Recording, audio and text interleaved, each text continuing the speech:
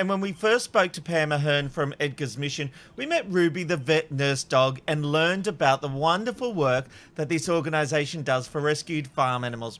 And she joins us once again to introduce us to some more of her family friends. Pam, welcome back to the Ben, Rob and Robbo Show. Hi, everyone. It's great to have you here. You have some adorable lambs there with you. Let's start with Mona Lisa. How did she come to arrive at Edgar's Mission? Little Mona Lisa arrived to us a few weeks ago from another rescue organisation called Lamb Care Australia. She was surrendered to them, and her needs were just a little bit beyond what they could do. We've had success in the past with some of these special needs lambs, and we're trying to work our magic with Mona Lisa now. Oh, lovely. And so, Pam, what has been your progress with Mona Lisa?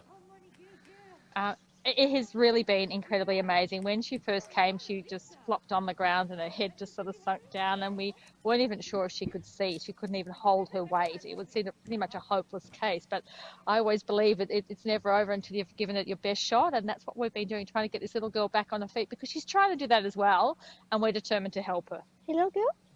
Now, is she like her namesake? Does, whenever you walk around the room, do her eyes follow you? You know how that spooky painting does that? Well, she certainly thinks I'm her most special human in the world, and she does actually see me, and you can see her. She'll be doing her training in the morning in a little cart, and I'll call her name, and she gets terribly excited, and her little legs go as fast as they can towards me. My mum says that she's easily pleased. Well, let's talk about her legs now. Can you show us exactly where she's at right now?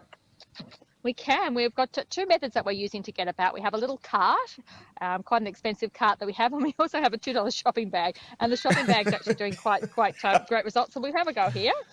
Cork, do you want to come and give us a hand? Hey, that it's just an ordinary shopping bag. We've cut a little hole out for her head, and she has a poop chute at the back, and we've just cut the corners out for her little legs to go in. Hey, Moni, hop up. Wow. Hey, Moni. If only All Fashion had a poop chute, we'd be more. That's all right. Moni, come on, Moni, come on, Lisa, come on. Oh, that brings a tear to my glass eye, Robbo. It's beautiful. Come on. Now, Pam, will she ever be able to walk properly, or is this kind of the extent for Mona Lisa? It's really the $64,000 question. We're not quite sure where the ceiling is for how far she'll go. I don't think we've by any chance reached the ceiling, because she does improve every day. I'd like to think that she could actually get full independent mobility. She'll always be a special needs sheep, but that's fine. We've got quite a few of those here. She seems very happy. I'd like to know, is it hard with animals like Mona Lisa deciding whether their potential quality of life is going to be worth it? I mean, where do you reach the point where, I'm trying to think of a delicate way to put this, but, euthanizing them might be better for them? That's a really good question, and we don't just keep life for life's sake. It does have to be a life truly worth living for these animals. And with Mona Lisa, she's certainly showing us there's an interest in the world around her. She's not exhibiting pain. She gets quite excited, and she loves her food. So I'm seeing all these positive experiences that this animal has. And it's like humans. We don't just write humans off because they have a disability. Traditionally, we have written animals like this off because they're a disability, but I don't think that the shape that she comes in, or the fact that we've labelled her a farmed animal, should determine how we treat her. There's a being there who very much wants to live, and that's what we're trying to help her do. Great. Okay. That is so wonderful. It looks amazing. Now, you've also got Kiki Dee there.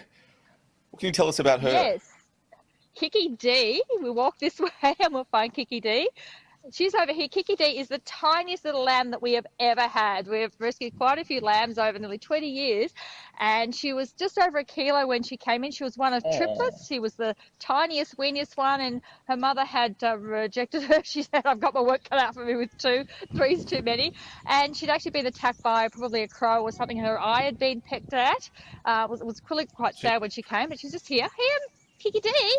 Pam, really quickly. Pam, her name is Kiki Dee. If you have a lamb there or a sheep there that's named Elton John, can you not let them get together? Because it'll save her a lot of pain down the track. We